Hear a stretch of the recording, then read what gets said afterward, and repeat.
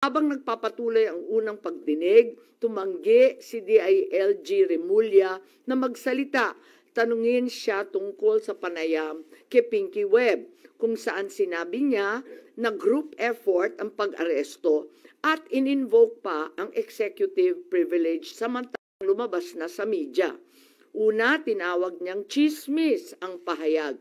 Ngunit nang mabisto, tinulungan na lamang ng kapatid at sinabing executive privilege na nga.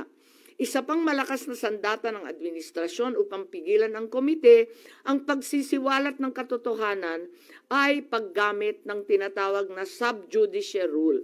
Halimbawa, nung mahuli si General Torre na nagbibigay ng maling pahayag tungkol sa pagmamadaling ilipat si PRRD sa Hague dahil daw sa Article 125 ng Revised Penal Code, ngunit nung ipunto na yung Revised Penal Code